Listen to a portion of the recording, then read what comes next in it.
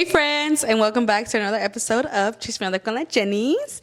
I am your host, Jennifer Mercado, and I'm so happy that you're here. On today's episode, it's going to be a little bit different. I know a lot of my friends always want to know what's happening in the real estate world, what kind of drama happens, what happens behind the scenes. Do we actually fight each other for these offers to get accepted? I mean, what really does happen? So I had a couple of my friends from all over, from California, from Texas, from San Diego, California, my friends to text me some of their stories. And today we're going to be sharing some, but we are not going to be doing it by ourselves. So this series is going to be called Horror Stories Real Estate Edition. So please have me with me today is going to be Miss Cici Plata. Hello. Hi, everybody. Cici, tell us who you are and a little bit about yourself. Well, I'm Cici Plata. I am a realtor here with McKinsey Real Estate. We work alongside together. She poached me. And honestly, I'm here. I'm a local here in the Triad. I'm married. I have 3 kids. 3 different baby daddies. Shut up. She is lying. She's lying. One daddy. That's it. Let me see. I do have a mini farm. Have a pony, a few goats, chickens, roosters, all that good stuff. But yeah, no, we're here to talk about some real estate horror stories. So let's get started. Yes. So this very first one was sent to me anonymously, of course, from an agent in Houston, Texas. So let's get started. It says, "Can you believe?" No. No. Can you believe I, male, 24 years old, started my real estate career 2 years ago in 2022. I was fresh into the real estate world and I went under contract almost immediately with one of my buyers, which is great, honestly. Like, it's amazing. Honestly, because it takes you a few weeks to a few months to be able to actually do that. Yeah. I started in August and I got my first under contract and in September. But I was on a team, so it's different. I wasn't solo. So this buyer came from the team I was in. Mm-hmm. So my very first transaction was in September. I started in July of... What year did we start then? 2022. 2022. I started in July 20... Well, we both started in July 2022. Even though Cici is a different tax bracket than I am. Oh my God, no. And July, and... that month I had 2 under contract. But it was awesome. No, I had 2 under contract, but it's funny because when you come at the end of the summer, going into the fall winter market, it slows down. It does. Relájate, amiga. Tú relájate. Vamos a andar aquí. You want your blanket? Nah. Saca el cobertor. Saca el cobertor. Yeah, basically that, and then I only had 6 transactions from July to October, nothing else for a while till the following year in March. And now she's killing it, guys. Anyways, she has enough buyers and sellers, so if you're trying to buy or sell, give it to me. Just play. Just play. Anyway, so congrats. You went under contract fairly soon. Yes. Okay. I was switched to the real estate world and I went under contract almost immediately with one of my buyers, and I was so stoked. Little did I know that my very first transaction would become a nightmare. Dun, dun, dun. No, but for real. What happened? As I was under contract, I did my research and discovered that the house I was being advertised as a stick-built property was not that, but it was actually a modular home. Oh my God, that's terrible. Yeah, you're right there. That is called misrepresentation. That right there, you're getting in trouble for that. And big trouble. And not only that, but like, don't you do your research before you put a house up in the market? You're supposed to do your research because, okay, we go based off what our clients say. But the thing is, if you're looking through the cabinets, when you're looking through the property, you could see. And obviously, you should look through the history in the MLS. What does it say? Yep. You know what I mean? Lord. Anyways, I insisted to tell this agent, and when I tell you, that's when it became a nightmare. I informed the agent on the seller's side that we either needed to make changes on the price or that we needed to get back my buyer's deposit returned to us due to the misrepresentation of the property. How much was their deposit? Did it say? No, they didn't say. Okay. Well, that's normal. Like, normally Yeah. that does happen. Like, whenever there's a misrepresentation, and as long as you're able to work it out with the agent, which in this case, this agent should be given the money back. Yep. You know, Yeah, because yeah. it was an error. And it's okay. Not everybody's a vicious agent going out there to, I'm going to take it to commission. That's the last thing we want to do. Yeah. But we're here to protect our clients. So let's see. Hopefully they give them back their due diligence money. If they don't, I'm gonna go fight them for you. Let's go find them. All the way to was it Texas? Yep. Flight to Texas. It's a tax write-off. That is true. Let's see. She was adamant that she was correct and that I was wrong, and then things got worse. This girl. Lord, why gotta be girls?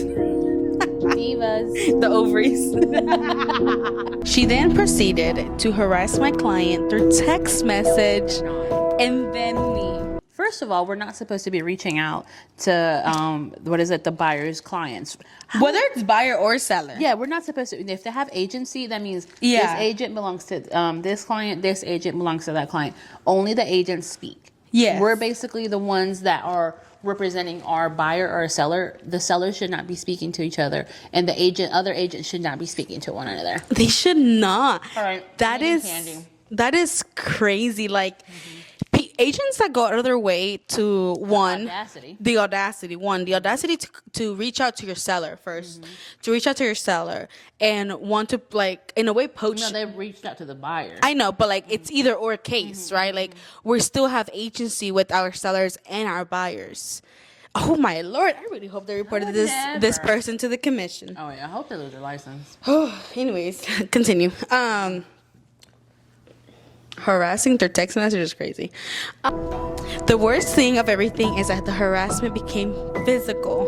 What? She was throwing hands out here. It's my house. It's immaculate. It's immaculate. Sorry, that's not funny.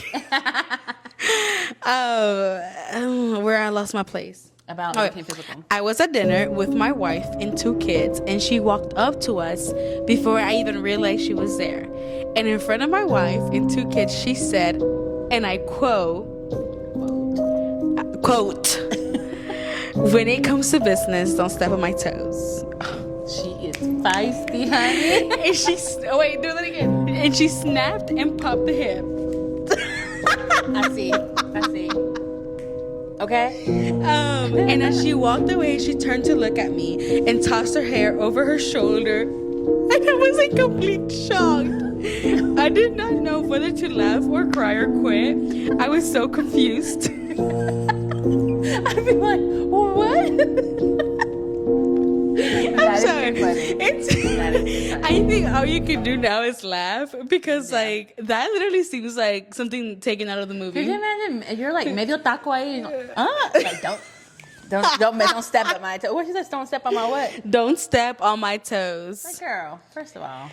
Anyways, I couldn't believe that had just happened right in front of my family. I can't believe that happened I either. wonder what the wife did. If I would have been the wife, I would have got up and Yeah, exactly. Like, and they probably were so in shock that happened. They didn't even have time to react. but like, That's what it Cici, sounds this is like in front of your family. Yeah, and then when you're in front of your kids, you have to think about it. It's like, I'm pretty sure across his mind, like, get up and do something. Or even the wives. Yeah, But when you have yeah. your children, you cannot get up. The thing is, like, why didn't she do that when he was by himself? Yeah, exactly. I'm pretty sure she's seen him around town. Why haven't you came up to him when you seen him around town by himself? Yeah. Why did you have to do that when he was in front of his family? His family. Okay. Those are people that they're scared. They just run their mouth because they see that you're with somebody else and you're not going to react. Yes, they think they've got the. It's just like in high school. You know, you had that one person that was just always talking junk, and they thought they were all big and bad because they had all these people behind them, right? But when they caught you by yourself, they never said anything. Ever. Never say nothing. Yeah. Never say it's like, nothing. what's that one quote? The el perro que ladra no muerde. The dog that be barking don't bite, honey. That's it. Luckily, I work in a great firm where my broker in charge is very involved, and he helped get the harassment case of misrepresentation that was already pending with this agent. Good. I am now 2 years into my real estate career, and let me tell you, not every agent is like that one agent. I thoroughly enjoy helping buyers and sellers. Just thought I would share my story with you. Yes. No, and we really are not. There's very few agents out there are very cutthroat. Yes. And normally it's because they're doing stuff like that. Yes. That they're like that. And I hope she eventually found out that she was wrong. And I hope she realized that she owed this agent an apology. And she Yes. overreacted. And if you haven't apologized to this agent, go ahead and do it right now. Yeah, dirty little. Yeah. Yeah, but yeah, like we're not all like that. A lot of us realize we're on the same team. Let's get this. I know you're working with the buyer, you're working with the seller. Let's get this to the closing table. And unfortunately, there are agents that are like that, though. It really is, and it sucks so bad because, like I always say, there's enough fish for everyone. Yeah, right. There's enough buyers. There's enough sellers for everybody, and at the end of the day, it's how you stand out as an agent, right? Everybody has their sphere. Yes, like Jenny's people are not my people. Like she knows people I don't know, and I know even though my brother be threatening me to go with Cici. He's just talking crap. But honestly, it's literally like. Yeah. And sometimes, even though we do have some of the same friends, yes, they still won't choose. They'll go with either one of us, or they'll choose somebody else to say, "But I'm biased." So, and that's okay. That is okay. But I mean, for someone to be like that, it's like, honey, let's say like this small town here. There's 14,000 people. One person can't take that on. They cannot. I feel like. The more nasty that you are with other agents, like it follows you around.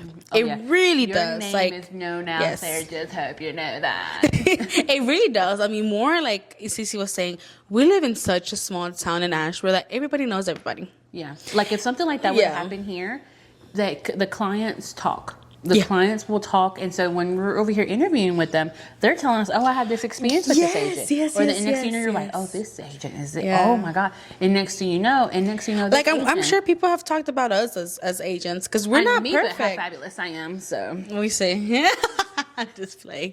No, but like I think we're not everybody's cup of tea. Yeah, and that's it, and then that's just fine. Like my personality might not, and haven't I not, Jenny? I'm like, this personality is not going to fit with me. Here, you take them on. Yes. I've done it with Emily. Emily, this personality is not going to... You go ahead and take them on because I know I have a certain type of personality. Sometimes I have a very direct, blunt personality. But I don't mean it in any way. I'm just a very direct person. Jenny is very bubbly. I am bubbly too, but not as how she is. She has way more patience than I do. Yeah, I do. And all that. So I'm actually nice. I am nice. I'm not saying I'm not nice. But what would you do in this situation, Cici? Like if this was you, if I was a buyer, and if you were the buyer's agent, and I take them down, all the way down. They go low, I go lower. Yes. No. Yes. No. Like honestly, like if I was that buyer's agent, I would honestly. I've never taken anybody to the commission, but I think for that one I would. Yeah. And so if that's what they did, I'm very glad they did because this agent deserved they deserve the repercussions because first of all, you're misrepresenting your client. Yes. And we studied this. Getting this license was not easy. That test is hard. Yes. So I'm not going to be redoing that again. Yeah. So, and for you to just play around like that and think that that's okay. Just because they were a new agent. Yeah. And now I'm going to tell you something. Our numbers, I don't know if a lot of people know that. Like normally, the higher your number, the newer you are. The older your number is, so like you start with a 1 or a 2, we know that there are more. There are agents that started a long time ago. The new numbers is what 3? They're on 3s now, and then even from there you can tell who's newer and who's older. So normally, sometimes what agents do, and it is unfortunate. I'm pretty sure this agent saw that this agent was a newer agent and tried to step on try to step all over them and take control of the situation instead of being, hey, this is what's going on, or it was a simple, oh, I'm so sorry, this was my bad, my mistake. Let me look into that. You may be right, instead of immediately getting defensive and saying, no, it's not. Yeah, like no, this is not my fault. Like you know, honestly, I don't know. Like I feel like I'm way too nice, so I would have just like brushed it off. Yeah. Honestly, if you were like the buyer's agent or the seller? Yeah, like if this would have happened in front of my family, I would have just not said anything. I would have probably cried. Not gonna lie. You know, I would have got up, and then at that moment, my husband would have been up with me too. Mm-hmm. We would have been. Well, maybe Sergio would have done something like telling that person like buck off, even if it was a girl. Mm-hmm. But me, like, I just believe like that God will take care of them. Oh yeah, I believe that too. But then again, I'm gonna just get my licking. once. But sorry, God. saying, that's my past coming out of me. I'm so sorry. No, but now because we're professional, Yes. we are professional. I would have just looked at them and just laughed. I would have honestly started laughing, Yeah. like. We're gonna start laughing like Wendy. I know, come on, Wendy. Like, I would have literally laughed and just looked at them and made them feel so dumb. And I think that's what I would have done, and my husband would have just been like, would have followed my lead. So I just, yeah, he would have like, what the heck? You're like, yeah. But I would have just made them feel dumb. Yeah. But honestly, I feel that if someone would have came up to us as agents and said, hey, this is what's going on, we found out this is modular, we would have took it upon ourselves to investigate that. Yes. Instead of becoming defensive, yes, would have been like, are you sure? I didn't know that. Thank you for letting me know. And even if like you have to go back to your seller, to your seller and tell them like, hey, like I know you told me it was a stick belt and I believed you and it's on me. Like I should have done more research on this one property. But hey, like it's come out that's modular. Yeah, you know, we gotta this fix is it. This is we either have to give them back their due diligence or we're gonna have to adjust our price. And at the end of the day, we're human beings. Yeah. Like we're not gonna be perfect. Yeah. Like, we're not the new robots from Elon. We're not the new robots. We're no AI. No. So I just think that the way that this agent is like felt, I totally understand, you know, like I think we all understand, and it's really nasty, and we hate to see that happening, and I really hope it never happens to Cici because I will have to bail her out of jail. And with her card, of course. I'm be like, Cici, give me your card. Do the little raja. Give me your card. As a matter of fact, I'll be like this, but like, hold on, give me a second. As a matter of fact, here you go. Here you go. I'll be like, yeah, sorry, Cici, we're not in the same tax bracket. I can't. Oh my God, shut up. Let me give you some backstory on why I say that. Because if you're gonna be like, she's jealous. She's jealous of Cici. People are gonna say that. No. It's funny because it's Cici. You get on my nerves with this. We were hanging out the other day, and she went to go get a hair. I went to get my hair, the scalp treatment. No. Yeah, it was whenever people go and they get like their hair treated, but they also do like the scalp massage or the oil. It's a whole thing. It's not just washing your hair. It's like your scalp massage. We asked Cici, we were like, oh, how much is that? And she's like, it's just $100. I did not say it like that. Yes, she did. Yes, she did. And then, okay, that was the first time. Emily, come back us up, please. No, but when I say that, hold on. When I say that, it's more like saying it's just No, about she that. said it's just $100. But and then like Emily that. brought up her tent from her car. If you're a cop, go check her tent. What tent? My tent from the car. For her car. Emily's like, what if you get pulled over and get a ticket? I just got my new car. And Emily's like, I'll just pay off the ticket. Like, it's nothing. Just pay it off. I mean, you know what? Yeah. I rest my case. I'm not going to take the tent off. If I get a ticket for my tent, I'll just pay the ticket. I'm not going to take it off. I don't like... Don't they make you take it off right then and there? They'll give you a ticket, and you have to either take it off or pay the ticket. Oh, anyways. Pay the ticket. Well, guys, that was... Anyways. Don't be listening to her. She's talking a bunch of crap. Yeah. She does have 3 different baby daddies, though. I do not. If your kids are watching this. That's it. Damien, you're from a different dad. Yeah, and y'all just have it all look alike. No, just playing. But yeah, that was the very first horror story of real estate. We hope that you guys enjoyed this segment. If you guys have any crazy stories, please feel free to send it out to me. Don't be this girl. Don't be this diva that was in Texas. Oh yeah, don't be her. No, that's nasty. There's no need to be all that. Like, girl, just accept the L. No, this way, so it can be like, take the L and call it a day. Apologize and make it right. That's it. You don't have to act all like that. And first of all, you aren't gonna fight. Just so you know. We know. We're gonna go fight. Anyways, if you have any horror stories that has happened to you in the real estate road, you can obviously send them over to me anonymously. And we're so excited for this segment. This was fun. Yes, this was, and I think it's educational in the same way. Yeah. So you guys also know, like, hey, we are here having to fight these battles that you guys have no idea. It's really out. It's for people that say that people only real estate streets. It is scary. When people say that we only open doors. No, a veces ni por eso podemos hacer. I know, sometimes, yeah. They're behind you. You're like, give me a second. And the door won't open. Give me a second. No, but for what's the combo? No, yes, that's so embarrassing. But Especially when you don't know them, they're just standing and you feel their breathing. yeah. I'm like, honey, can you step back a little? I know we close, but not that close. Girl, me empieza a sudar el bigote. El bigote. Oh my God, please.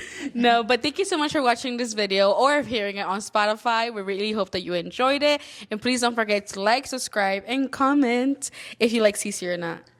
Y'all love me. Okay, goodbye. To the next one.